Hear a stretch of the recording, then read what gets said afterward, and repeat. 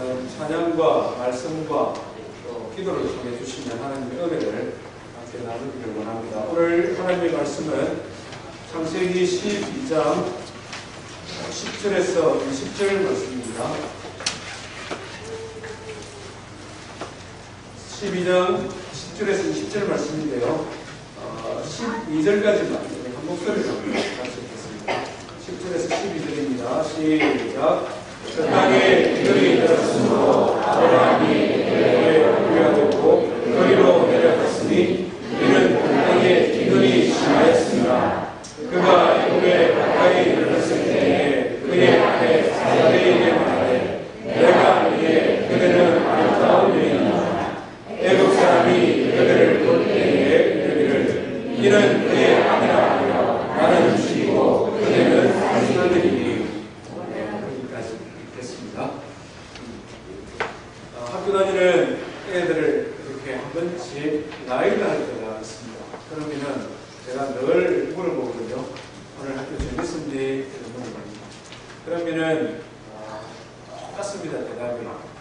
아빠 제발 그런 것 좀 물어보지 마세요. 제발 물어보지 마세요. 하루에 친구도 만나고 운동도 하고 재밌지 않니? 그러면 아빠는 재밌었어요? 예. 아주 직설적인 애가 하나 있습니다. 아빠는 재밌었어요? 앞으로는 물어봐주지 마세요. 이런 식으로 이야기합니다. 아니 학교 가면 친구들도 만나고 운동도 하고 진짜 재밌지 않은 일이라면 절대 아니래요. 근데 우리 딸은 좀 착하거든요. 딸은 딱 한마디 합니다. 시험만 없으면 재밌어요. 예. 착하긴 한데 시험은 아주 안 좋아하는 말입니다. 생각해보면 그런 것 같아요. 학교 생활에 시험만 없으면 진짜 재밌을 것 같아요. 친구들 만나고 운동도 하고 공부 쳐고 얼마나 좋습니까? 저도 역시 그랬거든요. 그래서 빨리 시험이 없는 어른이 되고 싶었어요. 어릴 때 대학교 다니는 형들 보니까 내노는 것 같아요. 우리는 일찍 새벽밥 먹고 공부 타고 고등학교 다니는데 대학생 형님들은 어떤 날은 학교 가는 날도 있고 없는 날도 있고. 그래서 저희들이 어릴 때만 해도 대학생들은 놀고 먹는 사람들이다. 농촌에서 이런 이야기들이 있었습니다. 그래서 빨리 대학을 가고 싶었습니다. 대학 가면 시험이 끝날 줄 알았어요. 그런데 그렇지 않지 않습니까? 시험 몇 달은 뭐 축제도 하고 재밌는데 대학도 역시 시험도 있고 대학교 가면 남자들이 무슨 고민에 직면합니까? 남자들은 대한민국 남자들 꼭 반드시 거쳐야 되는 군대가 걱정이 됩니다. 대학 가니까 이제 군의 걱정이 돼요. 1학년 맞추고 가야 될지, 2학년 맞추고 가야 될지, 군의 걱정이 됩니다. 군대를 제대할 즈음에는 또 뭐가 걱정입니까? 예, 복학하고 공부 마치고 취업하는 것이 고민입니다. 취업.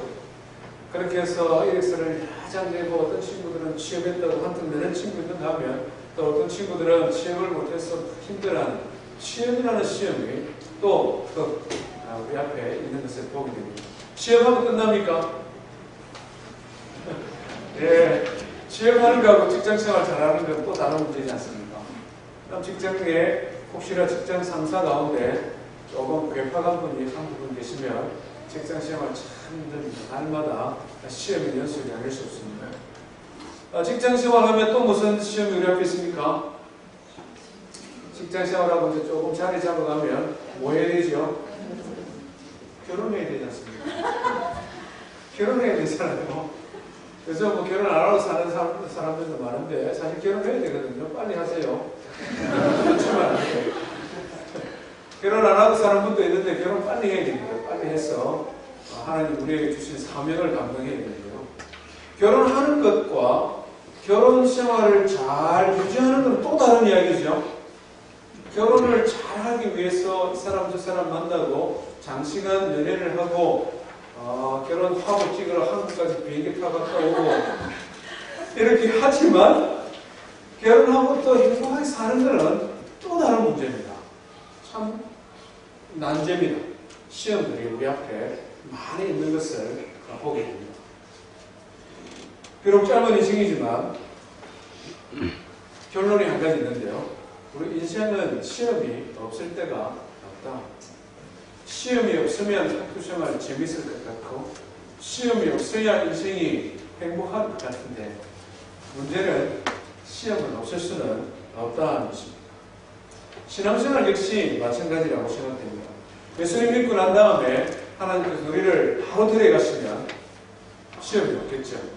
간혹 병상에서 예수님을 믿고 병상에서 세례를 받고 병상에서 예수님 믿고 바로 하나님 부름한 사람 참 시험 없는 인생인 것 같습니다. 그런데 많은 경우에 예수 믿고 10년, 20년 어떤 분들은 어머니 배에서부터 교회 다녀가지고 90평생도록 교회 다니면서 신앙생활하는 믿는 자들이나 믿지 않는 자들이나 같이 인생에서 경험해야 되는 시험이 있다 하는 것입니다. 그렇다면 이제 문제는 명확해졌습니다. 믿는 사람이나 믿지 않는 사람이나 인생에 시험이 없다면 문제는 어떻게 시험을 극복하고 이길 것입니다. 오늘 우리가 살펴보기를 원하는 본문은 아브라함의 시험입니다. 아브라함이 75살에 하나님의 부름을 받고 믿음의 길을 떠났습니다. 고향을 떠나고 친척을 떠나고 아버지 집을 떠나 하나님을 음성에 순종하여 믿음의 길을 시작했는데 그 믿음의 길에서 그가 만나는 시험, 어떻게 그가 대처하는지 이것을 통해 하나님께서 우리에게 주시는 교훈이 무엇인가 이것을 우리가 함께 살펴보기를 원합니다. 오늘은 특별히 우리가 신앙생활 오래 하신 성도님들도 마땅히 하나님 주시는 교훈이 있겠습니다만은 처음 신앙생활을 시작하시는 우리 청년들 직장을 따라 이곳에 와서 교회에 출석한 청년들 또 나이 들어서 이민생활을 시작하면서 믿음의 길 예수님 믿기고 시작하기로 한 사람 특별히 하나님 말씀에 우리가 길을 조금 더 열고 하나님 말씀에 집중했으면 좋겠습니다. 오늘 우리가 읽은 10절 말씀은 그 땅에 기근이 들었으므로 이런 말로 시작하고 있습니다. 여기서 말하는 그 땅은 어떤 땅입니까? 하나님께서 약속하신 땅이죠. 하나님께서 약속하신 땅이고 하나님께서 축복하신 땅입니다. 하나님께서 약속하며 축복한 땅에 기근이 들었다. 말하자면 먹고 사는 문제가 생겼다 하는 것입니다. 이것은 참으로 아브라함이 감당하기에 어려운 시험인 것 같습니다. 왜냐하면 우리가 지난주에 살펴본 것처럼 아브라함이 살았던 갈대아 우르나 하란이나 지금 이란 지역 그리고 이라크 지역 바그다드 부근 그곳에 아브라함이 살 때 가난하지 않았거든요. 아브라함이 못 살아서 그냥 하나님의 부름을 따라 길을 떠난 것이 아니거든요. 살 만큼 살았습니다. 그렇지만 하나님께서 그에게 나타나셔서 내가 너를 큰 민족을 이루고 너의 이름을 위대하게 하고 지키고 보호하겠다 약속하셨습니다. 그가 받았던 체험이 너무나 선명하기 때문에 그가 들었던 음성이 너무나 선명하여서 고향과 친척과 아비 집을 떠나서 75살에 믿음의 길을 떠났습니다. 그러면 약속의 땅에 오면 뭐가 기다리고 있어야 됩니까? 축복이 기다려야 되잖아요. 75살에 잘 살던 것 정리하고 예수 믿기로 시작하고 이제 신앙의 삶을 시작했으면 적어도 비슷하게 살든지 그때보다는 좀 잘 살아야 안 됩니까? 그런데 지금 기근이 들었다. 가뭄이 들어서 농사를 짓지 못할 만큼 양이나 낙타를 더 이상 기르지 못할 만큼 힘든 어려움을 지금 경험하게 되었다는 것입니다. 우리 신앙의 삶에도 이런 일이 간혹 찾아오지 않습니까? 우리 사람들이 경험하는 어려움들이 많이 있는데요. 그 어려움들 가운데 가장 기본적이면서도 중요한 생존권과 관련되어진 시험이 먹고 사는 것 때문에 문제가 될 때입니다. 옛날 어른들은 이것을 돈 걱정이다 이렇게 표현했습니다. 돈 걱정. 그래서 너희들 돈 걱정 많이 해보셨습니까? 저희 어머니 아버지는 늘 돈 걱정하셨습니다. 가난하신 분들이 자녀를 7이나 낳으니까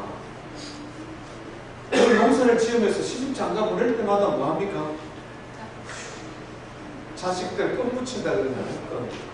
무슨 끈을 붙이는지 모르지. 옛날 어른들은 끈 붙인다고 표현했어요. 그때마다 늘 돈 걱정하시는 거예요. 우리 전도인들 가운데서도 그런 경험이 있을 겁니다. 어쩌면 지금 현재 그런 어려움 가운데 있을 것입니다.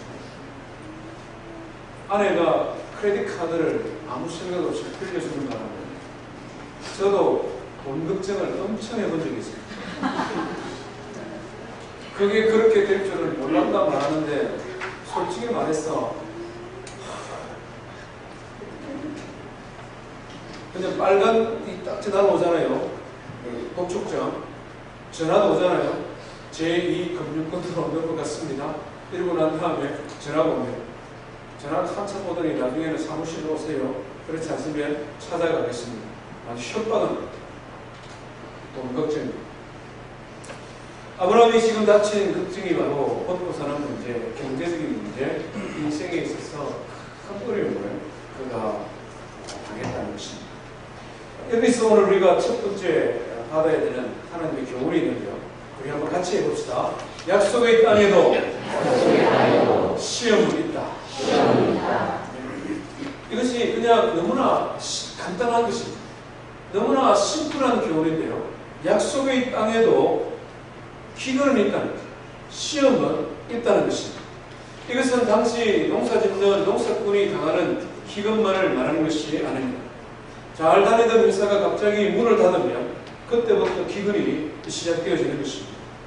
철석같이 믿고 있던 친구에게 투자 좀 했는데 그 친구가 부도가 나버립니다. 그때부터 나의 인생에 기근이 찾아오는 것입니다. 자녀들이 착하고 정직하고 유순하게 잘 자라서 별 문제 없는 줄 알았는데 어느 날 학교 선생님이 전화해서 오라고. 그때부터 인생의 기근이 시작되어지는 것입니다. 배가 조금 아파서 병원에 갔는데 큰 병원에 가보라는, 놀래서 큰 병원에 가서 검사를 받는데 의사 선생님 말씀이 보호자 잠깐 들어오시면 좋겠습니다. 그러면 그때부터 인생의 기근이 시작되어지는 것입니다. 하나님의 자녀인 우리도 그 위에서 예외가 될 수 없다는 것입니다. 인생의 기근이 찾아올 때 그러면 우리는 어떻게 해야 되겠습니까? 어떻게 행동해야 되겠습니까? 제가 말씀을 묵상하면서 한 3가지 방법이 있을 것 같아요. 첫 번째는 뭐냐니까 길 잘못 들었네, 돌아서는 거예요. 하나님의 살 때 잘 살았는데 괜히 하나님 내가 착각했던 것 같아요. 내가 괜히 저 사람 말 듣고 예수 믿는다고 교회 갔다가 이게 지금 뭐하는 짓이야? 그러면서는 돌아서서 다시 가는 것입니다. 첫 번째 선택, 굉장히 쉬운 것. 두 번째 선택은 뭡니까? 고향, 아버지, 친척집 떠나왔는데 다시 돌아가려고 하니까 이것도 좀 팔리기도 하고, 그래도 남자가 한번 결정하고 왔는데 돌이키는 것은 그래도 남자인데 이러고는 가지는 못하고 뭔가 다른 길은 없을까? 뭔가 다른 방법은 없을까? 방법을 모셔가는 것이 두 번째 방법입니다. 세 번째는 뭐겠습니까? 믿지마의 본인이 약간 지금 한 쭉쭉 앉아있어 보자. 진짜 하나님 내한테 하신 말씀이 옳은지 그런지 한번 있어 보자. 죽으면 죽었다 하고 그냥 버텨보는 것입니다. 그렇지 않습니까? 그런데 아브라함은 두 번째를 선택한 것 같습니다. 우리 10절 다시 한번 읽어볼까요? 시작. 그 땅에 기근이 들었으므로 아브라함이 해부에 거류하고 거리로 내려갔으니 이는 그 땅에 기근이 심하였습니다. 아브라함은 두 번째 방법을 선택했습니다. 다시 돌아가려고 하니까 아닌 것 같고, 그렇다고 그냥 있으려고 하니까 자식들, 식솔들 안에 고생실 것도 그렇고 뭔가 방법이 없을까? 그가 가지고 있는 지식을 충동을 했습니다. 정보를 충동을 했습니다. 소문을 들어봤습니다. 들어보니까 저 애국이라는 이집트라는 곳이 있는데 그곳에는 나일강이라는 강이 흐르기 때문에 하늘에서 비가 안 와도 사람들이 농사 짓고 사는 데는 조금도 어려움이 없다 하더라. 소문을 들었습니다. 갈대아 우르나 하란이라는 땅도 비옥한 땅이 티그리스 유프라테스 강이 그러니까 그것도 아주 곡창지대인데 나일강은 그거보다 더 크다더라. 와, 우리에게 새로운 희망이, 약속의 땅이 여기가 아니고 이집트로 가자. 새로운 선택을 했습니다. 그리고는 식솔들을 이끌고 오늘 성경 말씀을 보니까 애굽에 가까이 이르렀다, 이렇게 기록을 하고 있습니다. 아브라함은 참 합리적인 사람인 것 같습니다. 그렇지 않습니까? 정보력도 뛰어난 사람 같습니다.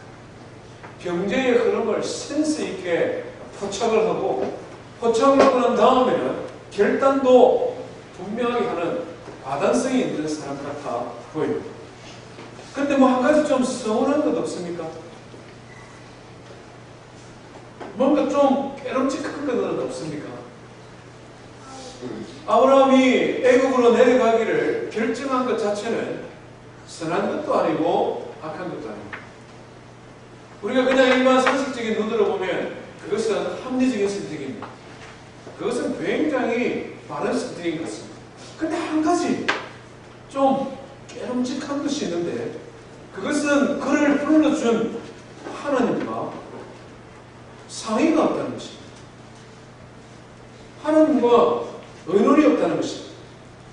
하나님의 음성을 듣고 아버지 집을 떠나 하나님의 말씀을 따라 하나님께서 약속하신 가나안 땅으로 왔는데, 그 땅에 기근이 들었을 때, 그 땅에서 시험을 받았을 때 하나님과 상의하지 않았다는 것입니다. 하나님과 의논하지 아니하고 자기의 경험, 지식, 인터넷을 통해 정보를 얻고 사람들이 하는 방식을 따라 사람들이 기근을 피하여 우르르 몰려가니까 저 곳이 내가 가야 될 곳인가 하고는 자기도 그냥 우르르 그 길을 나섰다는 것입니다. 우리 말씀을 한번 볼까요? 창세기 12장 앞으로 한번 넘겨보십시오. 12장 4절 말씀. 12장 4절 말씀에 보면 이에 아브라함이 여호와의 말씀을 따라갔고, 하나님의 음성을 들었을 때에 아브라함은 하나님의 말씀을 따라 움직였습니다. 8절 한번 볼까요? 8절 우리 한번 같이 읽습니다. 시작. 거기서 베델 동쪽 산으로 옮겨 장막을 치니 서쪽은 베델이요 동쪽은 아이라. 그가 그곳에서 여호와께 제단을 쌓고 여호와의 이름을 부르더니.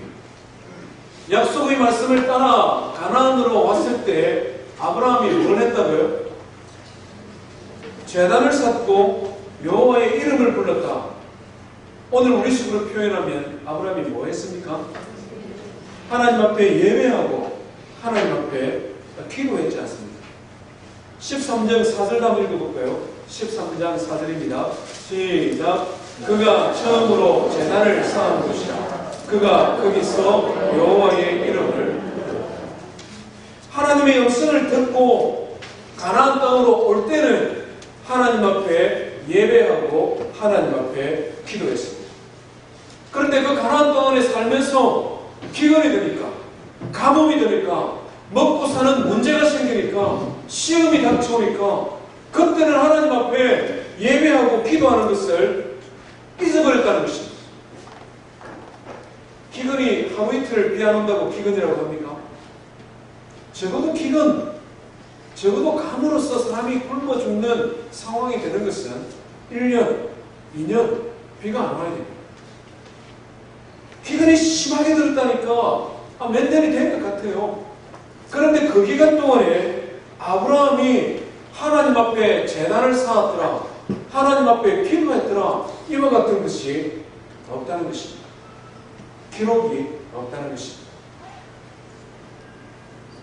오늘 여기에 두 번째 교훈이 있습니다. 인생의 기근이 찾아올 때 우리는 하나님 앞에 의논해야 됩니다. 우리 하나님 앞에 기도해야 됩니다. 믿음의 길을 떠날 때에, 결심하고 작정할 그때에 하나님 앞에 기도할 뿐만 아니라 역경이 찾아오고 시험이 찾아오고 뭔가 갈등이 생기고 뭔가 어려움이 있을 그때도 하나님 앞에 제단을 쌓고 기도해야 하는 것입니다. 문제와 시험에 사로잡혀서 마땅히 바라보아야 될 하나님을 바라보지를 못하는 것입니다. 문제와 시험에 함몰되어져서 마땅히 그 문제와 시험을 해결하신 하나님은 잊어버립니다. 그것이 믿음의 길을 떠나 신앙의 삶을 살아가는 우리가 자주 범하는 실수라는 것입니다. 우리 신앙의 삶을 한번 뒤돌아보시길 바랍니다. 이게 당연한 것 같은데 오히려 그렇지 못할 때가 많습니다. 하나님이 은혜 주시고 하나님이 축복 주시고 모든 것이 잘 되면 할렐루야 아멘 뜨겁게 찬양하고 예배 빠지지 않고 잘합니다. 기도 생활도 열심히 합니다. 사람들을 만나는 자리도 잘 갑니다. 가서 자랑도 많이 합니다. 간절한다는데 자세히 보면 좀 잘합니다. 잘 됩니다. 근데 좀 시험이 넘쳐오면 어떡합니까? 예배도 떠내집니다. 기도 생활도 떠내집니다. 뭔가 이상하지는 않습니다. 우리의 신앙의 삶에서 무엇을 바라보는가, 누구를 바라보는가, 어디를 바라보는가 너무나 중요하다는 것입니다. 시험이 당하면 기도가 잘 안 되는 게 사실입니다. 경제적으로 어려움이 닥치면 기도가 잘 안 돼요. 그렇다고 기도를 안 하고 포기할 수 있습니까? 목회자들, 우리 권사님들, 새벽에 기도 시간 열심히 하시는 분들, 기도할 때마다 기도가 잘 돼서 기도할까요? 기도 안 될 때도 있습니다. 그냥 멍하게 앉아갈 때도 있습니다. 경험을 해보니까 시험 될 일이 생기면 뭘 기도해야 될지 잘 몰라요. 그럴 때가 더 많습니다.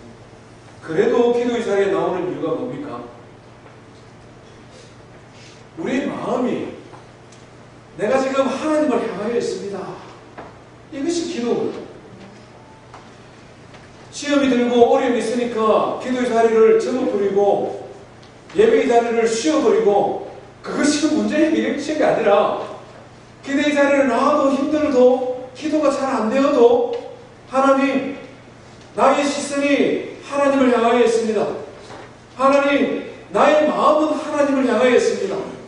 무엇을 기도해야 될지도 잘 모르겠고 어디로 가야 될지도 잘 모르겠고 그래서 답답한 마음에 그냥 하나님 앞에 나와 있습니다. 이것이 기도입니다. 아브라함은 그렇게 하지를 못한 것 같습니다. 그는 역경이 왔을 때에 또 다른 선택의 길을 걸었습니다. 그런데 그 결과가 무엇입니까? 믿음의 길을 떠나서 잠시 세상의 길로 다시 갔는데 결과가 무엇입니까? 우리 성경 한번 볼까요? 11절, 13절 말씀까지인데요. 우리 11절 말씀 한번 같이 읽겠습니다. 시작! 그가 애굽에 가까이 갔을 때 그의 아내 사라에게 말하되 내가 알기에 그들은 아름다운 여인이라. 먹고 사는 문제를 피하여 가나안 땅 믿음의 길에서 세상의 길을 접어드는데 또 다른 문제가 생기기 시작했습니다. 그 또 다른 문제는 뭐냐니까 아내 때문에 생기는 문제인 것 같습니다. 쉽게 말씀드리면 자기 아내가 너무 이쁘기 때문에 문제가 생겼습니다. 이런 문제 경험해 본 적 있습니까? 우리 남자 성도님들 내 아내가 너무 이뻐서 내 죽다 살았다 뭐 이런 어떤 경험이 있습니다. 그렇게 되고 싶은 마음은 있습니까? 우리 청년들 그런 소원이 있습니까? 내 아내가 너무 이뻐서 내가 평생 고민하며 살아야 되겠다 이런 청년들이 있습니까? 말씀 잘 들어보세요. 저는 그런 아내를 만나지 않은 것에 대하여 하나님 앞에 날마다 감사하고 있습니다.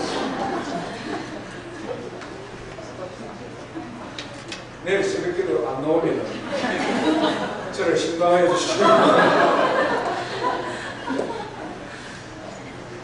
지금 먼저 무슨 문제가 생깁니까? 아브라함이 애굽으로 내려가는데 애굽 길에서 만나는 이 이집트 사람의 눈빛이 이상한 것입니다.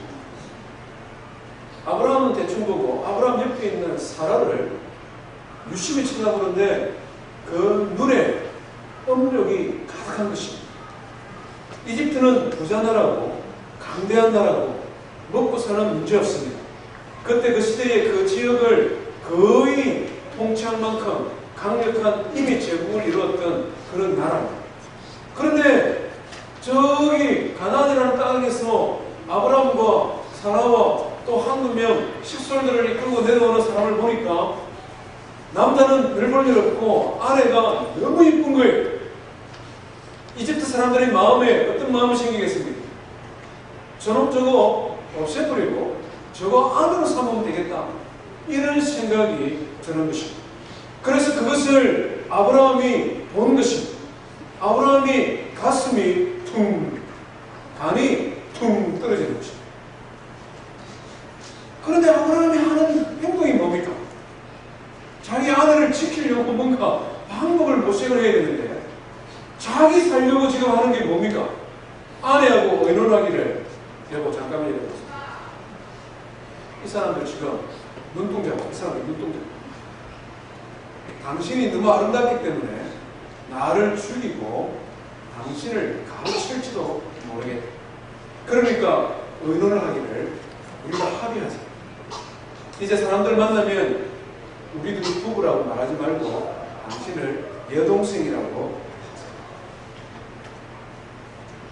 믿음의 길을 떠난 아브라함, 그의 지혜를 따라 선택하였으나 그 새로운 희망이라는 애국 땅에 가서 그가 하는 행동이 자기의 아내를 여동생이라 속이고 자기의 아내를 다른 사람의 남편으로 주는 데까지 나아가고 있는 것을 봅니다. 얼마나 초라하고 얼마나 비참한 인생으로 전락합니다. 오죽했으면 아브라함이 이러겠나 하는 생각도 하지만 기근을 피하여 도망간다고 간 애굽 땅이 결국 좋은 선택은 아니었다는 것입니다. 거기에서 한 번 더 나아갑니다. 우리 17절 말씀 한번 같이 읽겠습니다. 시작. 여호와께서 아브라함의 아내 사레이로 바로와 그 집에 큰 재앙을 내리십니다. 이집트 사람들이 사라가 너무 아름답기 때문에 그 사라를 애굽 왕 바로에게 아마 추천한 것 같습니다. 그렇지 않습니까? 그 시대만 해도 여인 중에 제일 아름다운 여인은 왕이 가져야 됩니다.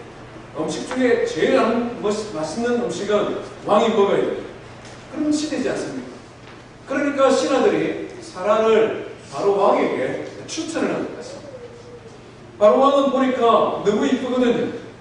이집트 사람은 조금 아프리카 북쪽에 살다 보니까 같은 셈족의 후손이기는 합니다만은 피부색이 조금 감습니다.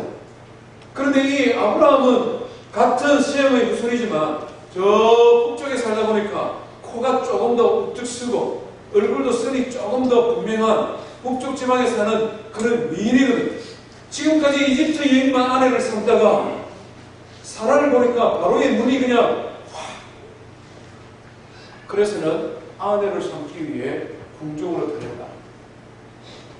아마 목욕 재개시키고 몸에 향유도 바르고 좋은 옷도 회입히고 오랫동안 광야에서 머물던 사람이기 때문에 신부감 훌륭한 신부로 만들기 위해 준비하지 않았겠습니까? 그것이 한 일주일이 될 수도 있고 한 달이 될 수도 있고 어떤 경우에는 더 시간이 소요되는지도 모르겠습니다. 어쨌든 여호와 바로는 사라를 지금 궁중으로 들여서 자기의 아내로 삼으려고 하고 있습니다. 하나님이 이것을 다 보고 계셨습니다. 하나님께서 이것을 다 보고 계셨어요. 하나님께서 지금 표를 차면서 저 아브라함 잘합니까? 그러면서 지금 개입하기를 시작하시는 것입니다. 왜 그렇습니까? 하나님께서는 아브라함에게 약속하셨거든요. 아브라함아, 너를 큰 민족을 이루고 너의 이름을 위대한 이름이 되게 하고 너를 통하여 모든 사람이 복을 받게 하겠다. 하나님께서 아브라함에게 약속하셨습니다. 이 세 가지 약속은 아브라함의 아내인 사라를 통하여 이루어질 것입니다. 아브라함과 사라를 통하여 하나님께서 그렇게 축복하기로 약속했는데 지금 이 사람과 아브라함이 아닌 엉뚱한 사람이 지금 남편이 아내가 되기 일보 직전입니다. 하나님께서 어떻게 하셨습니까?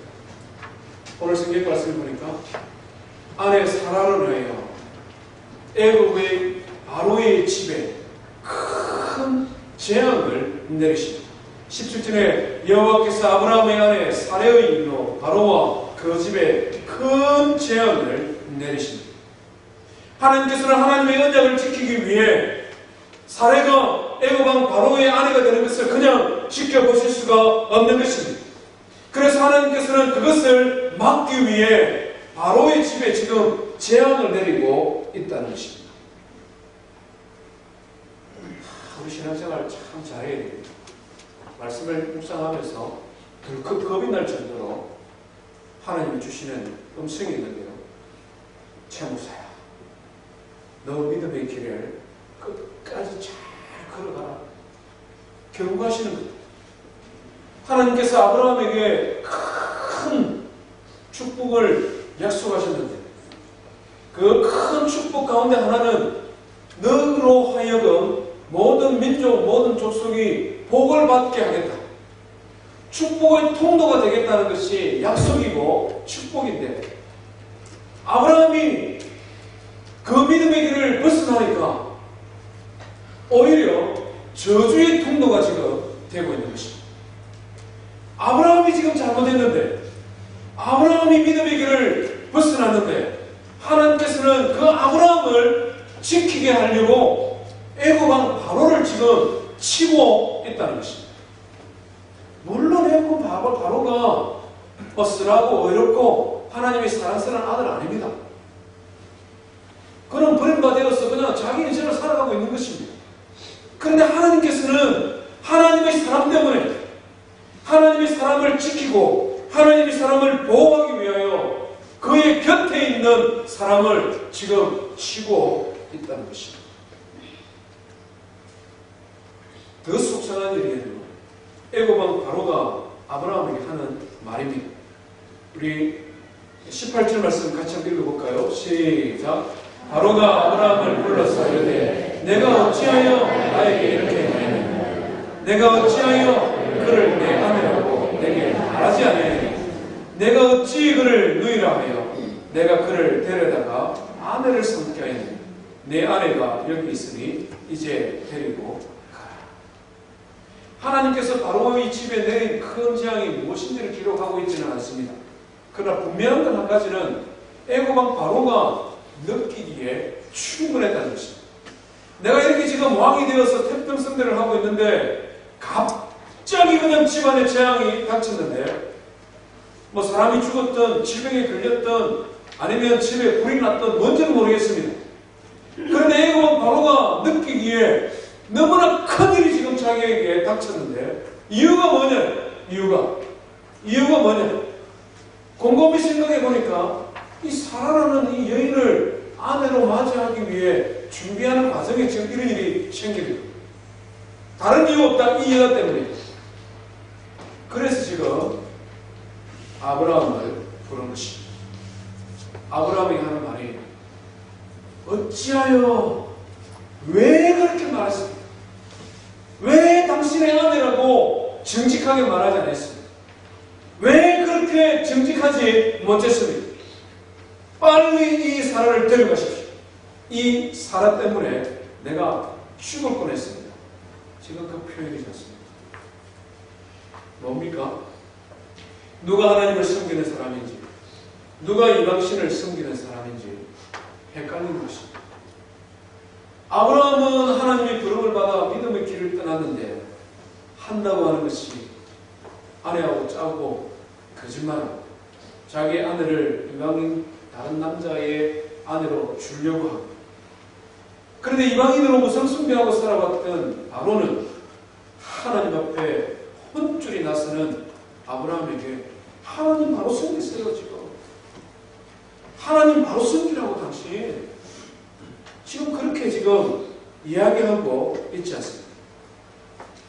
그래서 여러분 우리 삶에도 이럴 수 있다고 생각합니다. 믿음의 길에서 역경이 다가왔을 때에 현명한 선택이라고, 합리적 선택이라고 또 다른 길을 걸었는데, 믿음의 길을 잠시 내려놓고 세상의 길로 갔는데 하나님께서 그것을 기뻐하지 아니하실 때 우리의 선택은 비참하게 결론이 날 수밖에 없다는 것입니다. 오늘 이 본문이 우리에게 주는 교훈이 너무나 많이 있습니다. 아브라함이 오죽했으면 이렇게 행동했겠나 생각이 듭니다. 그렇지 않습니까?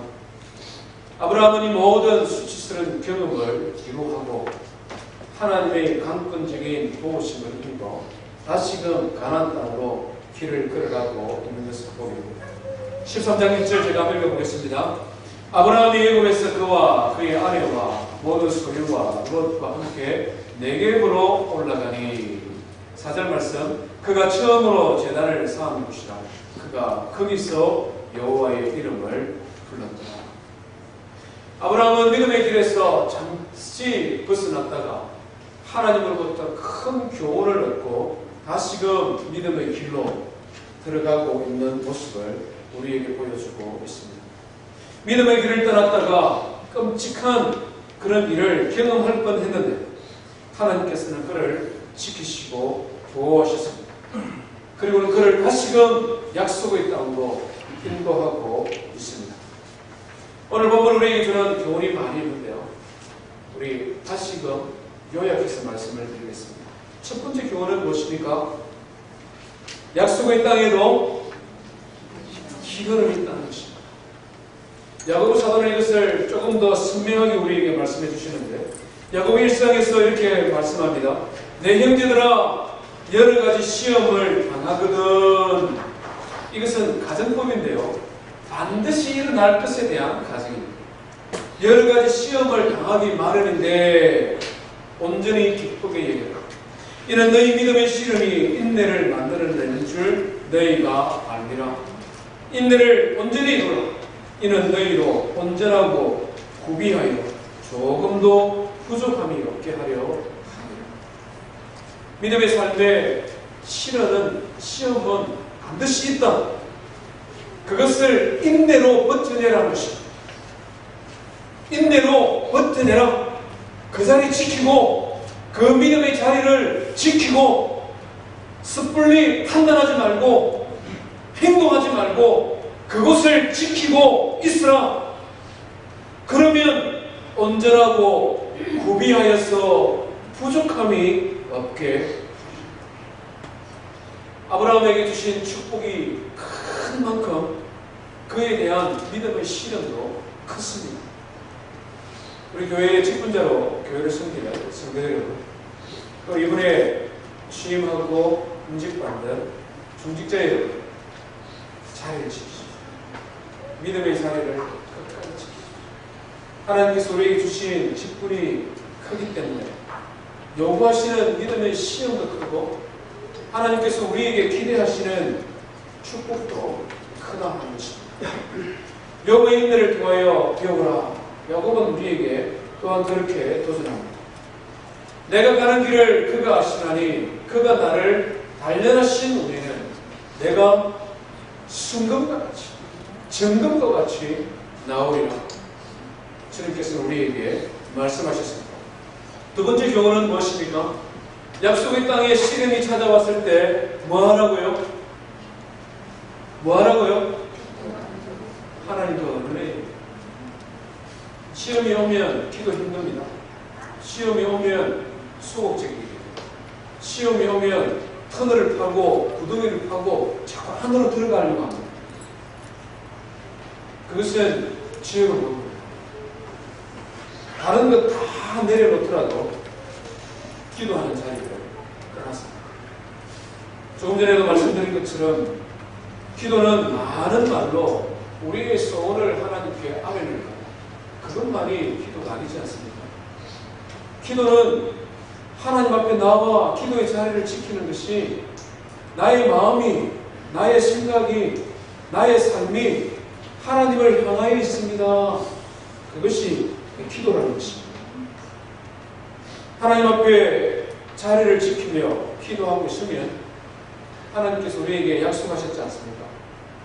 하나님께서 우리에게 감당치 못할 시험 당함을 허락지 아니하십니다. 시험 당할 때에 피할 길을 주시든지, 시험 당할 때에 그 시험을 이길 힘과 용기를 주시든지, 하나님께서는 우리를 그냥 버려두지 아니하신다는 것입니다. 마지막 세 번째 교훈은 무엇입니까? 우리 하나님입니다. 우리 하나님 참 얼마나 은혜롭고 고맙고 감사한지 모릅니다. 아브라함 이런 모습을 보니까 어떤 생각이 드십니까? 아휴, 저러고도 저 사람이 믿음의 사람, 믿음의 조상, 아휴, 나는 적어도 저 정도는 아니다. 이런 생각 안 드십니까? 정말 소인배고, 정말 피해자고, 피해주의자고, 배알도 없는 사내도 아닌 것 같습니다. 그런데 우리도 그럴 때 있지 않습니까? 솔직하게 그럴 때 있지 않습니까? 갑작스럽게 위기를 닥치면 평상시 우리가 보던 모습과 전혀 다르게 행동하는 사람들이 간혹 있거든요. 비겁해지고 비굴해지고 간사해지고 저런 모습이 저 사람에게 있었나, 그런 실망스러운 모습을 보일 수 있는 게 저와 우리 인생들이지 않습니까? 근데 하나님은 어떤 분이십니까? 하나님은 이런 아브라함을 버리지 않습니다. 이런 아브라함을 비난하지는 않습니다. 이런 아브라함을 혀를 차며 그냥 가슴 아파하며 아유 저주하지도 않습니다. 이분은 아브라함을 지키시고 보호하시고 인도하시고 그를 다시금 가나안 땅으로 인도해 갔습니다. 얼마나 친절하게 인도해 가는지 모릅니다. 그리고는 그를 준비시키십니다. 그를 훈련시키십니다. 그를 연단하여서 온전케 만드십니다. 더 강하게 만드십니다. 더 축복하십니다. 그래서 결국은 자기의 생명 때문에 자기의 아내마저도 다른 이방 남자에게 주려고 했던 아브라함을 하나밖에 없는 100살에 낳은 이삭을 하나님께서 이 아들의 생명을 거두어가면 또 다른 아들을 주실 것이다. 아니면 이 아들의 생명을 살릴 것이다. 그런 믿음의 사람으로 변화시키지 않습니다. 그래서 100세에 낳은 아들 이삭의 목에 칼을 대는, 그래서 그것을 하나님 앞에 바치는 그런 믿음의 사람으로 아브라함을 만들어가지 않습니다. 그렇습니다, 여러분. 믿음의 길을 시작하셨습니까? 중도에 포기하지 마십시오. 믿음의 길을 떠나 다른 길이 있다고 견눈질하지 마십시오. 우리 하나님 조신하는 멋진 하나님, 힘과 능력이 많으신 하나님, 그 하나님을 통하여 이 아브라함을 믿음의 사람으로 변화시키시는 그 하나님 붙들고 승리하는 인생 살아가는 주의 이름으로 축원드립니다. 우리 말씀 기억하며 함께 하나님 앞에 찬송하십시다.